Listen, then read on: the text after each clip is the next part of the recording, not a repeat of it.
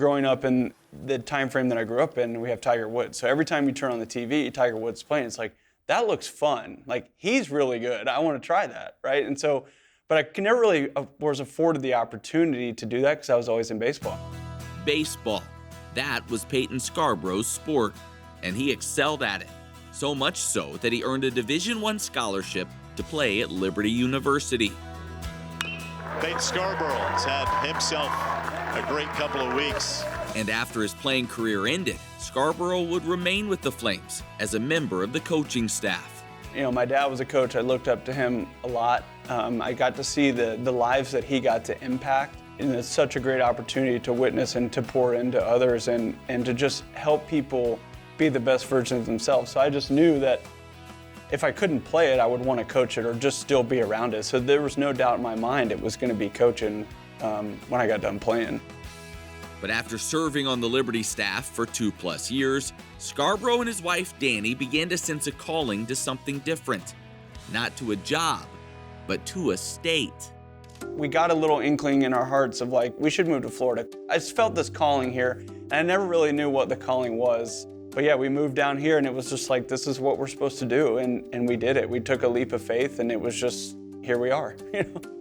Once in Florida, Payton would land a job working in real estate, and yet he struggled to find purpose. I was distraught, I was lost because my identity was in something that basically I'd been in for 28 years. I was just at Liberty, I was a baseball player, and basically now I feel like I'm not doing what I'm supposed to be doing. And it was weird because that same thing that I'd done for 27 years no longer felt like that's what I was supposed to be doing. So I was confused. I'm like, wait a minute.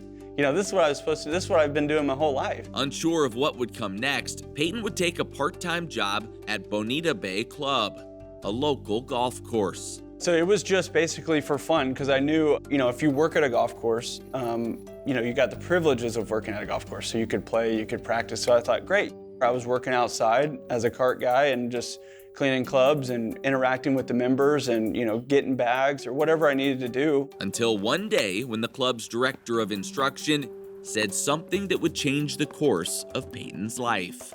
Literally one day he comes up and he's like, I think you would be a great PGA professional. Based on your background and everything that you've done so far, you know, you have those skills already in place. He's like, you can learn the golf swing. I can teach you how to teach the golf swing. And I thought, like, when do I start? You know, where do I sign?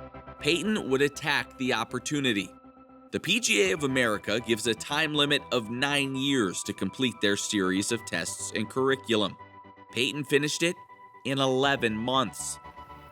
And today, he's still at Bonita Bay Club, but now he's a PGA professional, focused on teaching the game. I don't really care too much about the orientation of the body because I want it to be comfortable for you. Really good, really good. And it turns out his life spent in the game of baseball has prepared him well for this role. Boom. The preparation, the training, you know, just doing each things in the same way every single day, staying in a routine. You know, there's so many things we could go on and on about. My past baseball experience, coaching. At the end of it, I've been given a tool and I just put it in the tool belt. And it's like, how can I use that experience down the road in the service of someone else? Looking back, it now makes sense how God was orchestrating it all. And looking forward, it gives Payton confidence to trust his plan. God kind of picked me up and said, okay, this is the sport you're going to play now. You know, you don't have basically any background. I'm going to put people in your life that can help you. And then that just makes me want to do the same thing to give back. And so I know that God has been in this whole journey with me the entire time, and he will continue to be. So it's kind of liberating for me to not have to worry about what's next because I know what's next is he will provide, which is great.